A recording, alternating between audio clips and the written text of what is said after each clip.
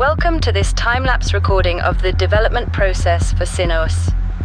In this session, I will provide a technical overview of the recent setbacks and demonstrate the steps taken to address them. Please note that the tone of this description may come across as cold and detached, as befits the technical nature of the subject matter. The development of SYN-OS has encountered a period of unproductivity. By unproductive, I mean that the forthcoming footage showcases what appears to be a seemingly flawless solution to the recent challenges we have faced. The SYN Stage 0 and SYN Stage 1 scripts have undergone divergence and subsequently transformed into a collection of more specific and appropriate scripts. As a result, all previous comments and documentation pertaining to the legacy version have become outdated. It is imperative that we devise a superior plan to consolidate these endeavors. In this video, you will observe the SYN-OS repository being cloned and completely revamped, accompanied by a build script designed to streamline modifications and bootstrap the ArchISO profile, among others. However, during the execution of this process, a section of the script inadvertently replaced the directory with my repository instead of adding it, leading to the project being inadvertently wiped out. Consequently, all the work performed up until that point will need to be recreated. This unfortunate turn of events necessitates a reiteration of the entire procedure. I kindly request that you watch the time-lapse as I elucidate the sequence of events and actions taken to rectify the situation. Simply put, I will need to do those 2 hours of actions again.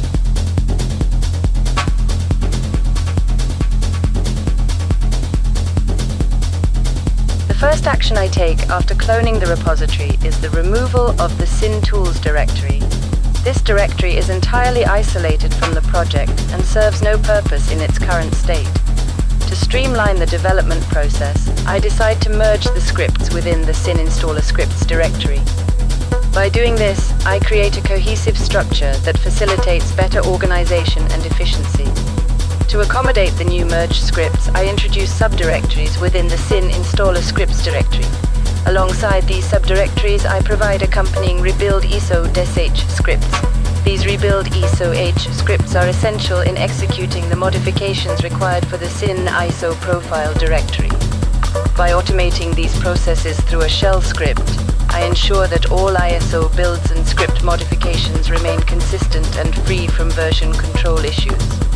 This systematic approach minimizes human error and guarantees a reliable and reproducible development environment for the SYN-OS. Simply put, when an ISO is generated, the proposed variables are applied to the ISO, rather than having to maintain these files in the AirRoots directory directly.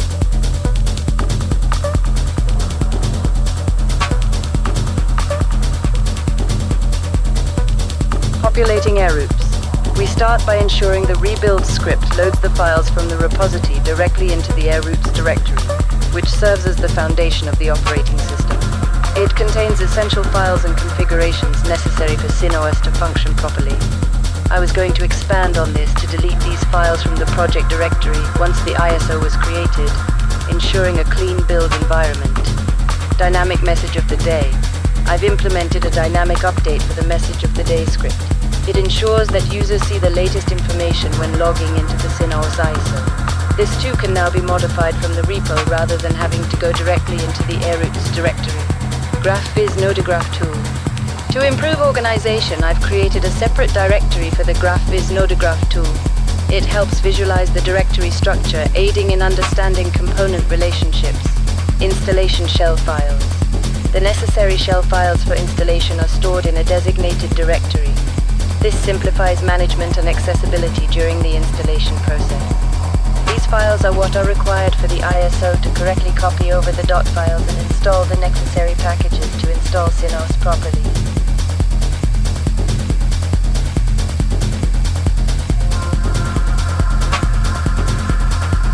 After the revision process, the initiation of essential documentation can commence in accordance with SYN-OS's long-term objectives. By enhancing the modularity of the installation execution and moving away from the current two-script setup, the development cycle will become more efficient, lowering the entry threshold and providing a clearer and more comprehensive visualization of the system before its construction.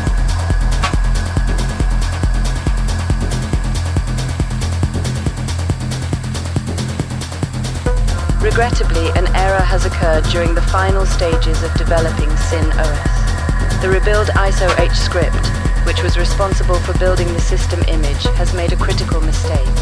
It erroneously interpreted the moti-dosh script, leading to the overwriting of the repository with packages from my local system, instead of copying them as intended. Consequently, the script crashed, and all the painstaking edits and system changes that were made throughout the development process have been rendered useless. It is disheartening to witness such a lapse in judgment, as it undermines the effort and time invested in creating SYN-OS. Nevertheless, once this issue is addressed and rectified correctly, I anticipate a significant improvement in the development time for SYN-OS. The proper execution of the rebuild ISO-H script will streamline the process, allowing for a more efficient and effective workflow in future development cycles.